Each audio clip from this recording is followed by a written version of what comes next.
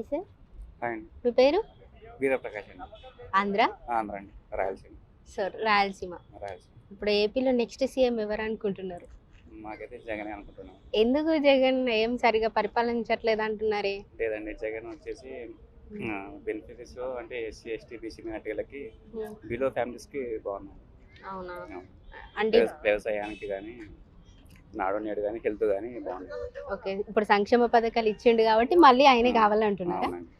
మరి ఇప్పుడు యువత పరిస్థితి చూసుకున్నట్లయితే జాబ్స్ ఏమి ఇవ్వలేదు, మేము వేయము అని అంటున్నారు కదా. అవునండి, ఫస్ట్ వచ్చేసి సచివాలయం ఇచ్చారండి.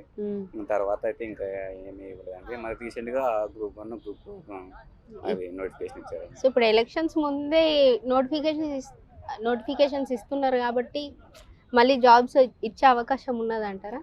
అంటే ఇప్పుడు నోటిఫికేషన్ తర్వాత ఇంకా నెక్స్ట్ వచ్చే గవర్నమెంట్లోనే అండి పోస్టింగ్. ఇప్పుడు ఎగ్జామ్స్ ఉంటాయి కదండి. ఓకే, సో ఇప్పుడు టీడీపీ వాళ్ళు సూపర్ 6 హామీలతో వచ్చారు కదండి. అవునండి. సో వాటిని చూసి కూడా మళ్ళీ టీడీపీ రాదంటారా? లాస్ట్ టైం అండి ఆయన క్రెడిబిలిటీ అనేది లేదండి చంద్రబాబు గారికి. లాస్ట్ టైం రుణమాఫీ అని చెప్పారండి. రుణమాఫీ వచ్చేసి మా ఇంట్లోనే అండి 2 lakhs చెప్పారండి. 2 lakhs వచ్చేసి 1 time సెటిల్మెంట్ 1,50,000 చెప్పారు. అందులో మరి 70,000 ఉంటే 70,000 కూడా చేయలేకపోయింది. సింగిల్ టైం ఒకటి 50,000 చేసాడండి. రుణమాఫీ ఏం కాలేదండి. మేము అదొక 70,000 కండి మరి 1,20,000 అయిందండి. మరి సున్నా వడ్డీతో ఇస్తానని చెప్పారు. రుణమాఫీ అని చెప్పాడు కదండి. ఆ రుణమాఫీ కాలేదండి. ఏవి కాలేదండి. మేము ఇంకోటి ఆరోగ్యశ్రీ ద్వారా కానీ మా నాన్నకు కానీ హెల్త్కి అండి, విద్య, వైద్యము, నీరు మాకైతే పుష్కలంగా ఉన్నాయండి. వాటి గురించి మేము ఆయనకి మద్దతు ఇస్తున్నాం. ఓకే, ఇప్పుడు లోకేష్ గారు యువగలం పాదయాత్ర చేశారు కదా మంగళగిరి. అవునండి. సో ఇప్పుడు అది కూడా యూజ్ అవ్వదు అంటారా టీడీపీ? ఇష్టమండి. ఇప్పుడు ఏముంటుందండి, ఒక్కసారి క్రెడిబిలిటీ పోయిన తర్వాత ఎన్ని హామీలు ఇచ్చినా కూడా ఇంకా ప్రజలు అనేది ఉండదండి. ఏదైనా చెప్పాడంటే చేసే విధంగా ఉండాలండి.